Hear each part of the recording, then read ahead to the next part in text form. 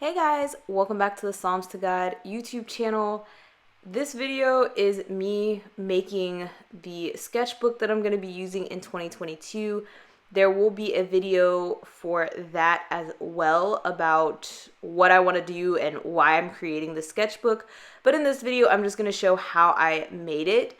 And it's kind of a rough video in the sense that I was doing a lot of experimenting as I was doing this, and I just kind of want to document some of it for you guys, but I wasn't really sure what I was doing as I did it. So it's not like a super formal tutorial how to, you can follow this if you try. You could get ideas, but I don't know if you would be able to follow it exactly because, as I said, a lot of it I was experimenting and I had to go back and adjust and redo things throughout this process. The first experiment I tried was actually putting fabric down for the cover. This was my first time using fabric for a cover instead of paper. And the first thing that I realized is that the glue seeps through the fabric. That was messy and a little problematic. Luckily, PVA glue dries clear, so it really didn't mess up the look of the book. But after every glue session, I had to go back and clean my workspace. Luckily, I didn't do it straight on the desk. I did it on this mat, but that was a pain in the butt. And then I realized that my fabric kept fraying at the edges.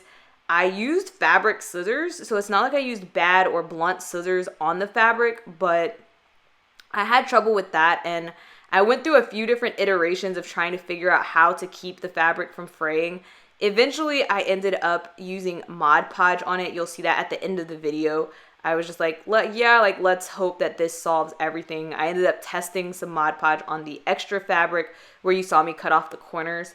And it looked okay, so I just went with that. Hopefully that holds it and seals it.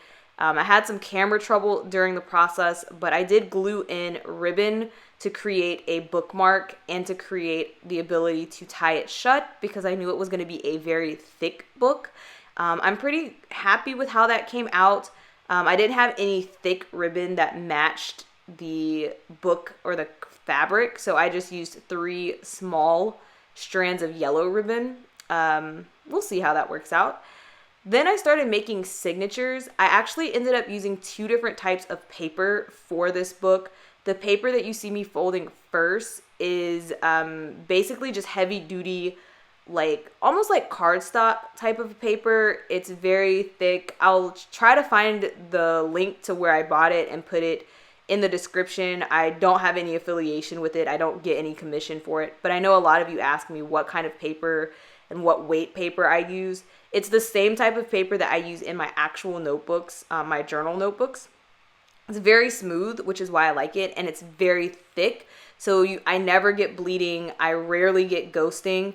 I've already used paint pens on it, and they don't bleed through, and I have minimal ghosting from that, so I highly recommend that. And then I also used watercolor paper, but that's expensive, so I couldn't do the whole notebook in watercolor paper. But I wanted to be able to use the watercolor paper at least once a month. So I made myself this little guide where I kind of planned out the signatures and where I wanted the watercolor paper to be in the book. I figured it was better to plan that out up front better than to hope that I get watercolor paper each month or to put all the watercolor paper together and have it at the end or something like that. So I kind of just went through and got kind of a game plan of what I expected the interior of the book to look like. You'll see more about how I intend to use the sketchbook in a different video, which probably will make that statement make more sense, but it's going to be a 365, I plan to draw every day type of a thing. So that's kind of what I went about when I was planning how the signatures should be. So I folded those up and kind of mixed them together. The signatures have 3 sheets in each. Then I went about getting ready to punch the holes in the spines of the signatures. This was probably the most ambitious experiment that I did for this entire notebook. I'm really happy with how it turned out, but I definitely contemplated giving up multiple times as I was doing this. I have seen a lot of Pinterest images where people have like patterns or words sewn into the spines of their books, and I always wanted to do that, but I couldn't figure out how they did it. And lucky for me, not too long ago, C Lemon, who is a YouTuber and has a lot of great videos on bookbinding, did a tutorial on how to do this, like literally maybe like a month ago, a couple of weeks ago. And I was like, yes, now I can try this. I have ideas of how to start this. So I watched her video like multiple times and then attempted this myself.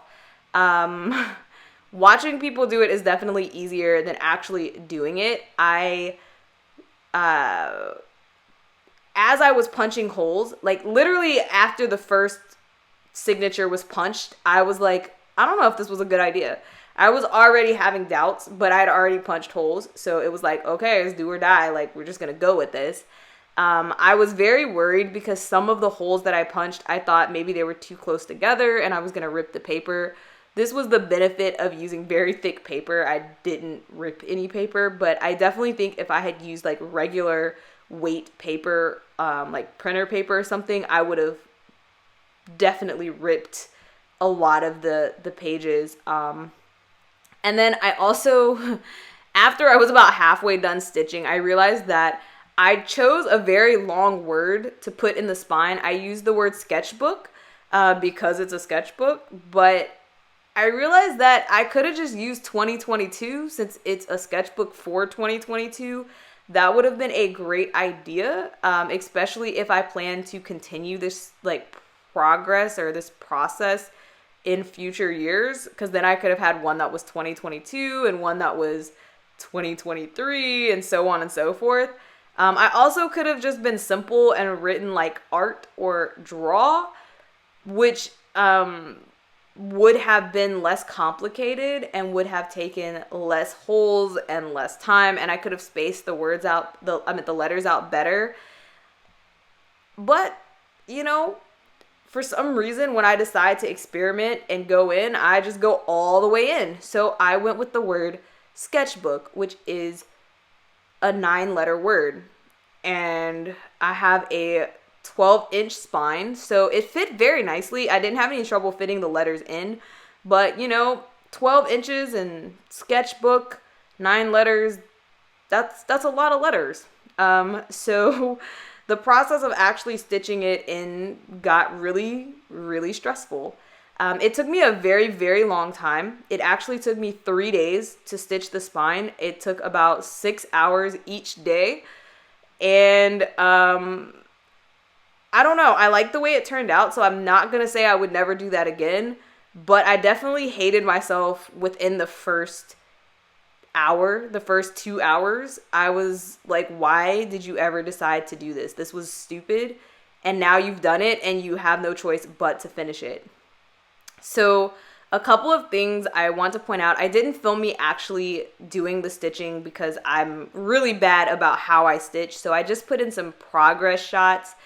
I did struggle transferring the design from the spine to this binding tape. That wasn't really well thought out.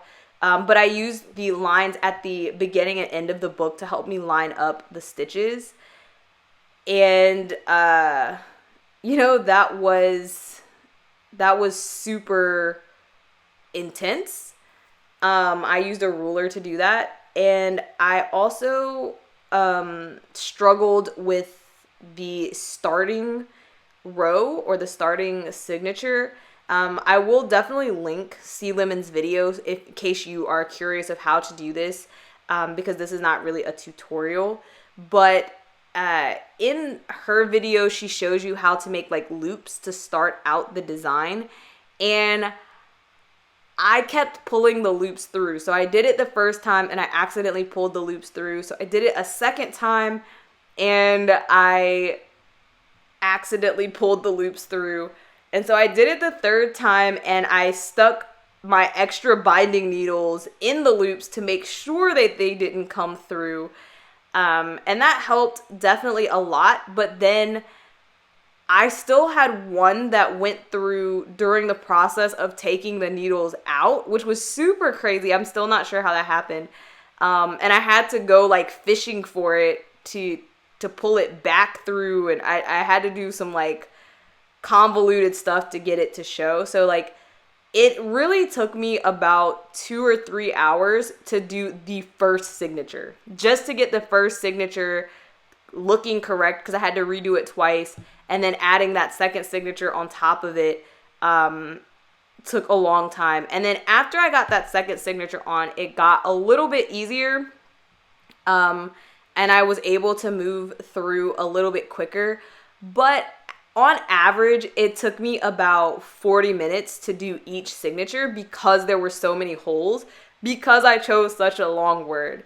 So I knew within, like I said, the first like 3 or 4 hours, and I've only gotten like 2 or 3 signatures on, I was like, this is going to take forever. This is going to suck. So I was very much disappointed in myself and questioning life. But I went along with it. I stayed up until like 2 a.m. 2 nights in a row.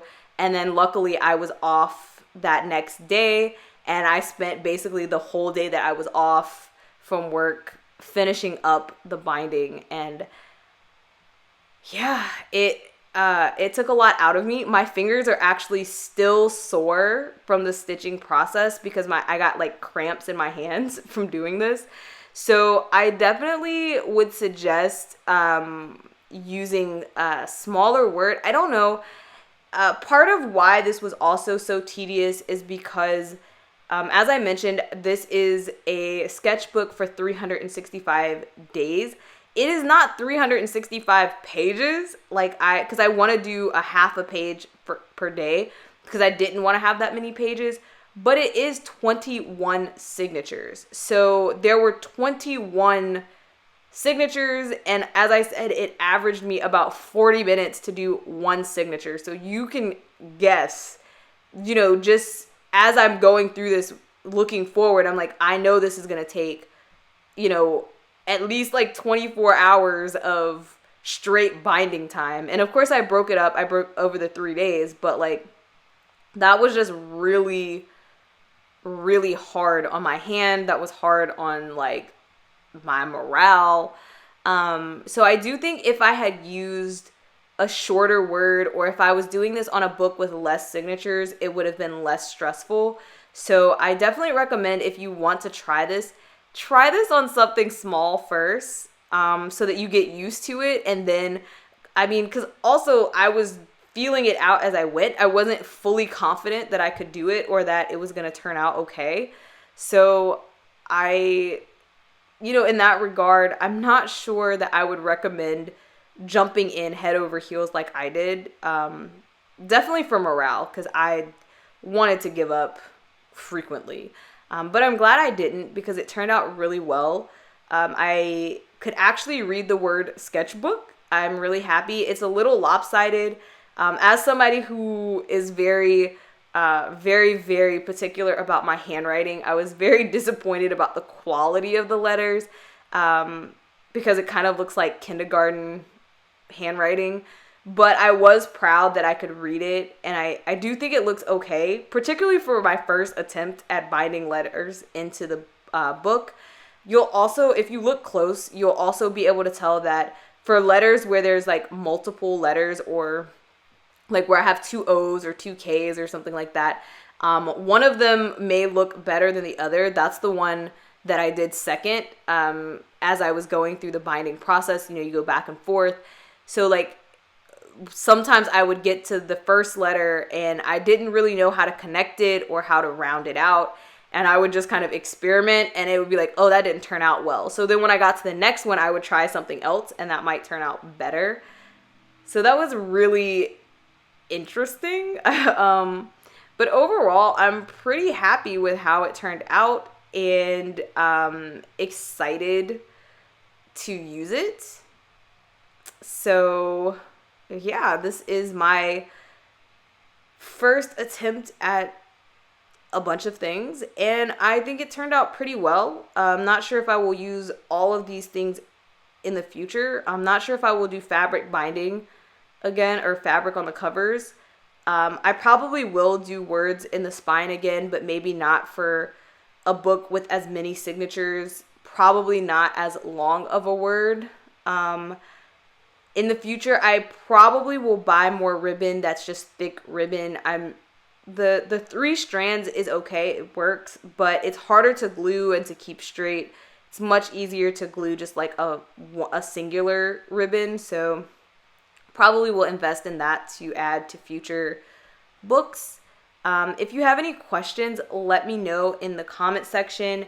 As I mentioned, I will link the paper that I used in the description box, and I will also link a video or a link to C Lemon's video so that you can see how to do the binding process, because that will probably be way more beneficial than me trying to explain how to do it.